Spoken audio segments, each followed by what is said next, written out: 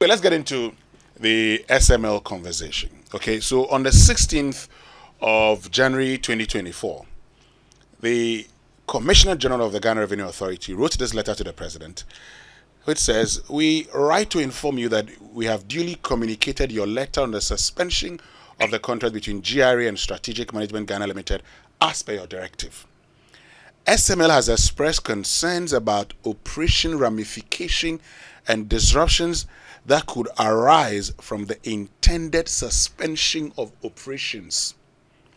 Having carefully reviewed the concern and based on our own understanding of the contracts and the deliverable, we are of the opinion that the system that has been installed to enhance revenue assurance for control purposes and also to aid with the ongoing investigation could, with your kindest permission, be allowed to run. The system will continue to record data real time until your further directive after the conclusion of the investigation." So you're recording data real time while investigations are ongoing. It means you're working, isn't it? Well, we can confirm that a suspension to all intents and purposes will lead to revenue losses following the suspension. There's been a huge gap in the control system and also the update of the oil marketing company accounts. We however want to assure you that the contract remains suspended and no payment will be made on the contract until your directive. We've been joined by Ben Boakye, who is the Executive Director of the Africa Center for Energy Policy, ACEP. Ben, good morning and thank you very much for joining us. For having me, Weston, and the team. Yes. Great. So I know that you know this sector very well. You've done a lot of research on this. Now, the GRA is saying that SML has expressed some concerns and disruptions that would arise from the intended suspension of operations. And they've also reviewed it, and based on their own understanding of the contracts, they're of the opinion that a system that has been installed should be allowed to run. Ben, is there a justification for this system to be allowed to run while investigations are ongoing, while the President is asked for a suspension? Yeah, I think I've read the letter time and again. I'm trying to make sense of it. I'm trying to even understand it in the basic of terms. When the suspension happened, SML said welcome the suspension and communicated that they were going to wait for the investigations to be over. The investigations were to be conducted within a space of 2 weeks. The Commissioner General waited for almost that time to lapse and then rise to the President to essentially tell the President that, Mr. President, you are the appointing authority. We would only comply, even though you are wrong. We will comply as you wish, but allow us to continue to run the systems. Essentially telling the President that he had wrong judgment on, suspending the arrangement until investigations were over. And I find that really, really troubling.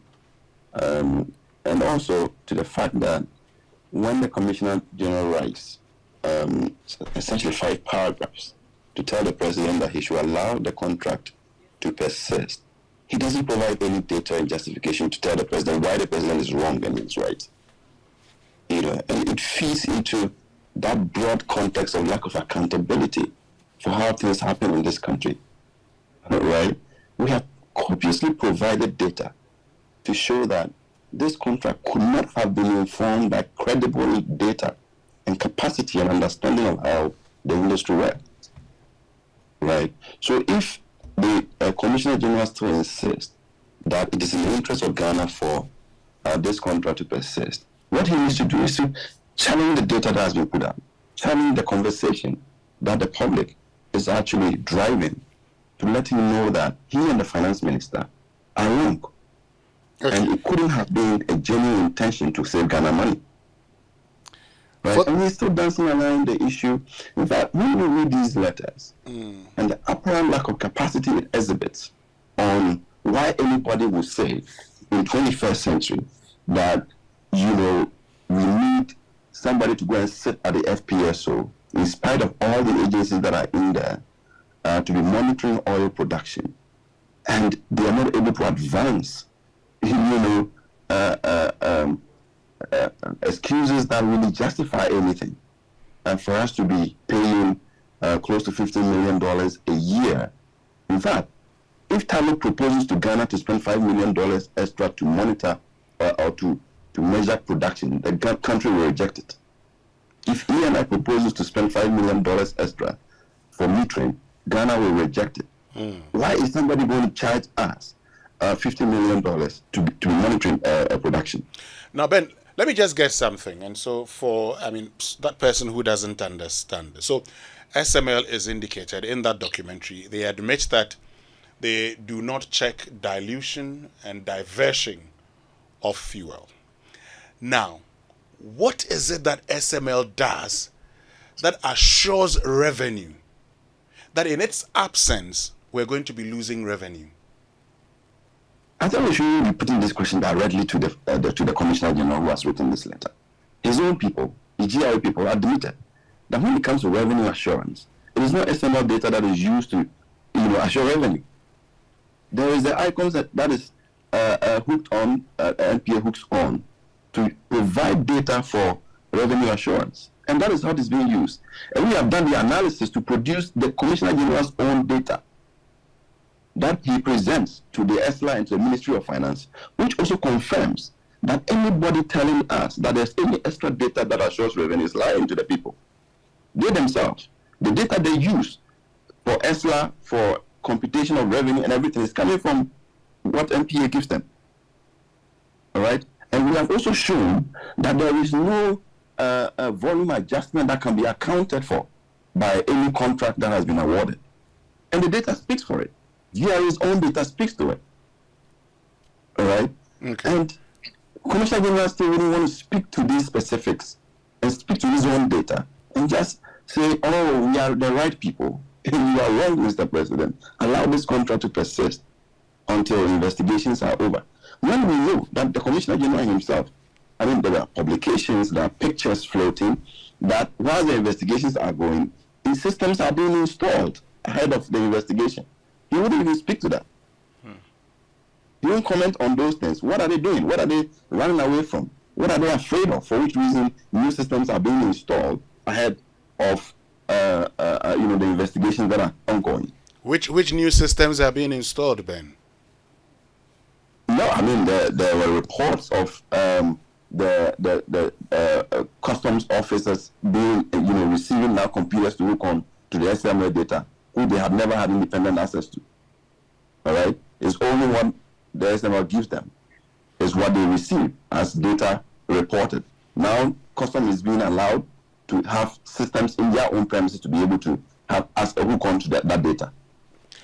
How do you respond to those who say that because there's the system in place already, installed by SML, now if that system stops the provision of real-time data because of the suspension of the contract, if the contract is restored, that break going back could be problematic. Hence, even though payments will not be made, at least their machines be allowed to run. See, this is where it becomes interesting. So if the machines run, to what effect and to what extent? Tell me. The machines can run, but the fact of the matter is that we are questioning how Ghana is benefiting from that particular transaction. And the evidence clearly suggests that we are not benefiting from it. So if the Commissioner General thinks that there is still some benefits, in spite of the copious evidence that has been provided and his own evidence, he should speak to the evidence. He should speak to the evidence and not just, throw out some, language to say that we're just losing revenue or we're going to lose revenue when the data doesn't support that. He should give us the evidence. And that's what I'm struggling to find at this point. When on video and before the cameras his own officers. And it does appear that it's only the Commissioner General and the Finance Minister who signed this contract, who believe that we are saving women, and not the technical people who are on the ground. So you're saying that we don't need this contract? They don't need to continue running? We should just suspend it, wait for the conclusion of the audit, and that's it, right? I think at this point, we shouldn't be asking KPMG where they are. I mean, the president gave them 2 weeks. That 2 weeks has elapsed. Nobody is even telling us where we are with the investigation. It does appear that, this whole investigation was just to buy time, so all of us forgets about it, and then we go on with our business as usual. As many have come and gone, we're just waiting to buy time and allow this to persist. And that is the inclination I get from all of these things. So this flying letters, communication just buys time.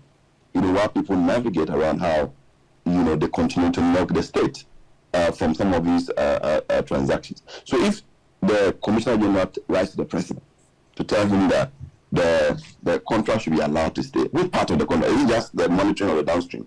But we are talking about a composite contract now that, delivers 3 revenue assurance points from the gold, upstream, and also downstream. Is he isolating just the downstream, or he's also saying that the processes that have begun, the contract that has been executed to allow revenue assurance in the gold should also persist, that of upstream should also persist, when the technical people have raised concerns, genuine concerns, and also telling everybody that they were not involved. They couldn't have been the source of the fear that Ghana is losing revenue. It's just coming from the finance minister, who sat in his office and decided that, there is revenue leakage here, there is revenue leakage there. And the Commissioner General should also pay attention that this whole situation around these contracts points to lack of control, where he is the revenue person, trying to assure revenue for the state, but cannot identify where the leakages are. And since then the directives come from the policy side of things to say that these are the specific actions you need to deliver to be able to assure us revenue. Let me just find out if you know, because this letter dated 16th, that's 7 days ago, so this was last week Tuesday. Do you by chance know whether the president has responded and whether the GRA has been giving the go-ahead? Do you have any information on that? No, we don't know. Nobody has told us anything. We were expecting, the work to be concluded per the directive of the president in 2 weeks. If anything was a hindrance or a challenging for, as of now, we don't even know whether KPMG has officially accepted to deliver that work. They have not communicated to the public. They have not accepted it because what the president did was not a secret contract. He published a statement appointing KPMG, and KPMG is a big audit firm, and they would have expected that in a high public interest situation of that nature, they would have responded, at least put out a statement and say, yes, we have been given this, we are accepting to do the work. They've gone mute. Nobody is hearing from them whether they accepted it, because remember, the public were also alarmed about KPMG's own dealings with GRA, which we thought could be a point of concern, for such an investigation to happen when, in fact, they are client of GRA and the rest of it. So if they had processes to do an independent job, they could have assured the public and not disrespect and ignore everybody. They could have assured the public that these are the processes that we are putting in place in spite of the concerns that have been raised, to do a clean job and ensure that the TOR that have been offered them will be delivered with all the professional capacities that are at their disposal. They have not commented, they have not responded to those calls that have been made by the public, and we don't know whether they will going to do the job or they will not do the job. The public is still waiting. Yeah, so Ben, I come back to that question again. I asked earlier. The GRA says this could affect revenue. They say there's a huge gap. Is there a huge gap? Will this affect revenue, finally? There is no huge gap anywhere. And that's why I'm saying that we should be people of principle and speaking to data We should be people of principle and speaking to facts. What are the facts to support that? It's just an empty claim. Just to put fear in the system and just to perhaps get a reversal from the president and say, okay, I said it, that you should hold on, but go ahead because you said that there will be revenue leakages. They should provide data to it. And what I'm saying even is that whilst all these revenue assurance schemes are being generated, still revenue leakages are happening in the sector. Because where revenue is assured, it's not at the depot. Where revenue is assured is at the pump where you and I pay money to the OMCs. And these OMCs decide to pocket the money. That is where we lose revenue. And that part, there has been no effort to actually address that problem. OMCs that owe GRA money, that are not supposed to lift product, are still lifting products. The Commissioner General is not telling us how he's going to deal with those. All right? But he's just saying that somebody should double count liftings at the depots, and assure us revenue and we lose revenue. I mean, how does that even work? So we are not conscious about delivering value in this circumstance. And people are just trying hard enough to just, stay the conversation. Another, scandal would, surface, and everybody forgets about this one. Ben Boakye, and this is a clear strategy that we are seeing at play. Ben Boakye, thank you very, very much for joining us. Ben Boakye is Executive Director of the Africa Center for Energy Policy, joining us and sharing his views. Well, he said that we're not losing anything because the evidence on the ground doesn't support this particular claim by the GRA in the letter to the president. He says if there's anything, we should be thinking of, abrogating this whole contract because it's not really serving an interest. And the evidence on the ground suggests that the NPA is in control. Raymond. I mean, it sounds interesting, right?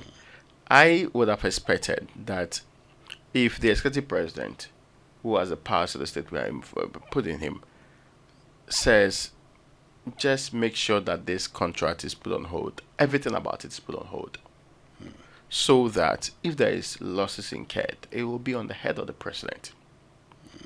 One would think that the president will make such a decision with proper advice from all the people who are relevant in this space. So to second guess the president and ask him for advice subsequent to that, oh, please, we think this is the difficulty they say they will face. The other question that's on my mind is this probe that's supposed to happen by the auditing firm. Would the probe in any way affect what the people are supposed to put on hold, including the very activity that the GRA is saying will lead to some losses? So, Winston, you say you are put in place a revenue assurance system. That system is being probed. You say, oh, we should let it run while it's still being probed. When we know that that system has some officials of the what they call SML actively involved in it. Are those officials equally being probed, or their works being investigated whilst they are actively on the job? I hope you get the point. Yeah. So I am not so sure why this has become a difficult point. Assuming the advice or the advice you are giving the president on the possible loss of revenue, which we all do not like anyway, is to present a certain face. If the only thing you think about this probe is that it will not amount to anything, then no loss is relevant.